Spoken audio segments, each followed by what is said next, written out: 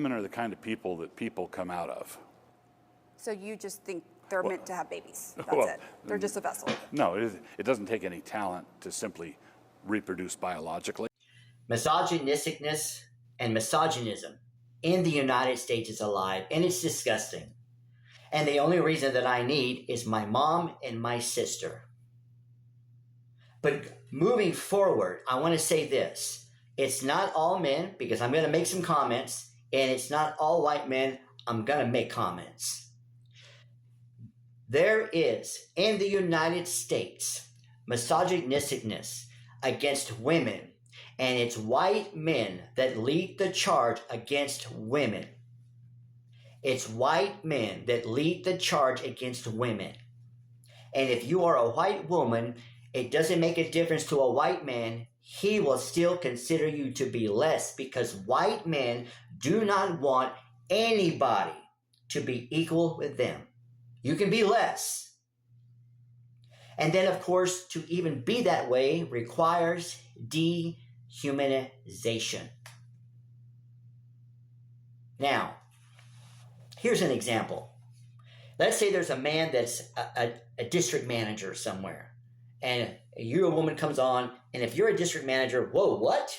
Especially white men. No. You can be the assistant, or you can be a store manager, but not the same level. Another example. This involves the gender pay gap. If a man makes $70,000 a year, and you make you make $70,000, $60,000, $55,000. Again, this is why that we have these problems.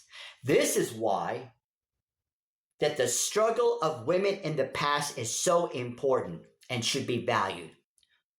This is why that those women work so hard for women of today, because they couldn't vote in the past, these women. They were the property of men. They couldn't own anything. They weren't even allowed to finish high school, least of all go to college. They were disrespected, and there was sexual assault and violence because men owned them. But women fought, and they struggled so that women today can vote, can be members of Congress and the Senate, can own their own businesses, and can decide if or if not about children, if or if not about marriage, and can do whatever you want because it's your life to live. And myself as a man, and no other man ever has the right to tell you or try to convince you differently. Now, I have something that's impactful, that women that you have accomplished that is amazing. You lead in the United States in attaining associate degrees, bachelor's degrees, master's degrees, and professional degrees. That is incredible. It is amazing the amount of small businesses and medium businesses that women own. We've heard it said, and it's true, that Latinas are amazing when it comes to small businesses. It's amazing in general, the way that we have women that have worked so hard for the current society.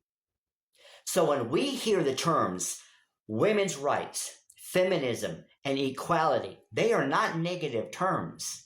Because for you to be able to be a news anchor for a TV station, those women fought hard.